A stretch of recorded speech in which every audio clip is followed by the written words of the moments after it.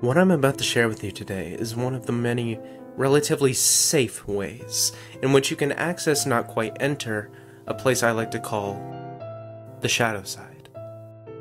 Its effectiveness depends on how seriously you take me. Your mileage may vary. Refer to the title.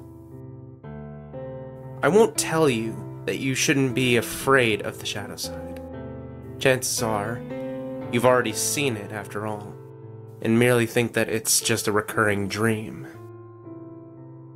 I will tell you that there is no need to be ignorantly afraid of it. There is a difference. Ignorance fuels fear. Fear can give that place a lot of juice to run on. You have to be big on preparation if you want to try this. It's like skydiving. If getting it right on your first try is not something that you're good at, then this isn't for you. If you do drugs or alcohol on the night of the event, you're gonna have a bad time. If you're going through some serious issues in your life and are not feeling mentally or spiritually stable, or if you're doing this just to escape, you're gonna have a bad time.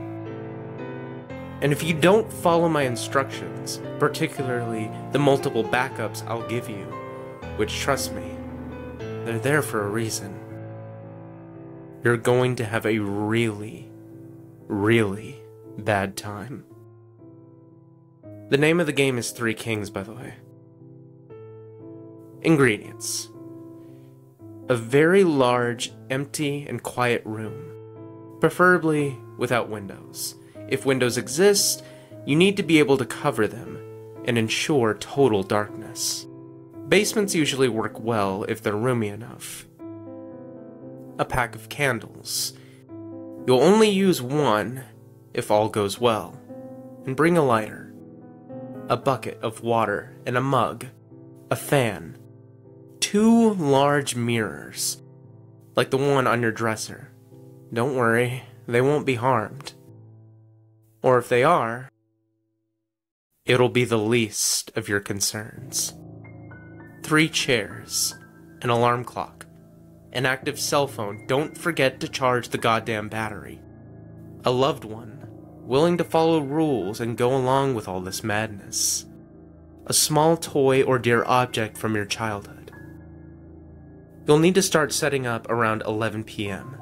Place 1 chair in the center of the room facing north. This is important. Place the other 2 chairs exactly left and right, facing your throne. This distance between your throne and that of your queen and the fool should be about the length of your arm to each side, more or less. Place the 2 large mirrors on the queen and fool chairs left and right of you, facing you and each other. Try your best to have them stand at a 90-degree angle, or else you may get more or less than 3 kings. If you sit on your throne facing straight ahead north, you should be able to perceive your own reflection in each of the 2 mirrors without actually having to turn your head, nor your eyes to do so. If you see your own reflection in the corner of your eye, just barely there, then you've done it right. Place the bucket of water and the mug in front of you, just barely out of reach. Place the fan behind you and turn it on. Don't set it to maximum power. Medium or low is usually enough, and leave it on. Turn off the lights. Leave the door open and go to your bedroom. Set the candles by the side of the bed, next to your lighter, your alarm clock, and your cell phone. Make sure to leave it charging. Set the alarm for 3:30 a.m. Turn off the lights and go to sleep while holding your power object. Get some rest.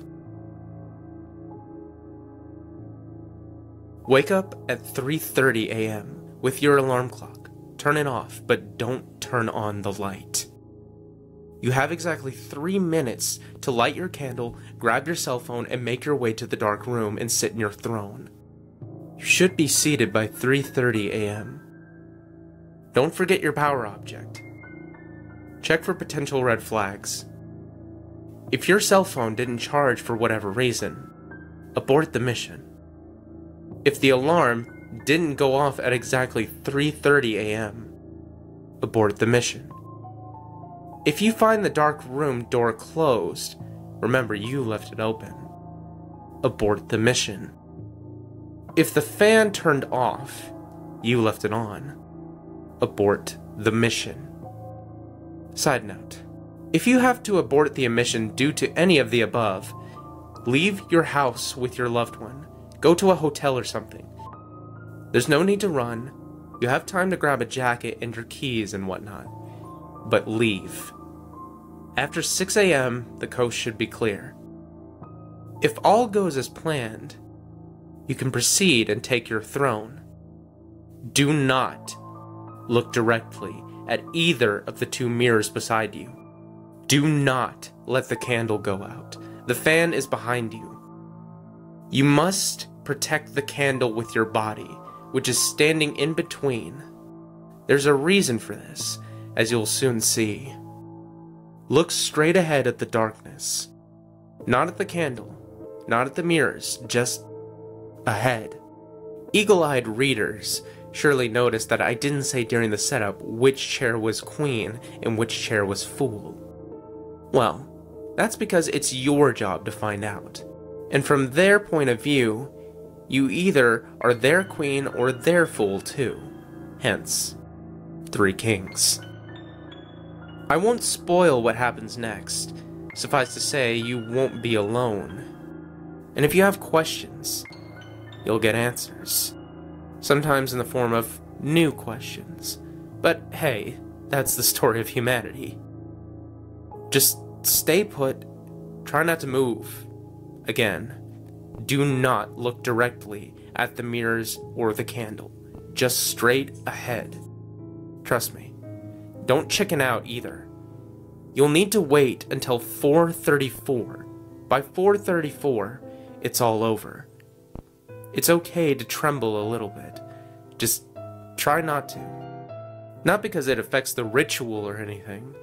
It's just a really pussy thing to do while in polite company.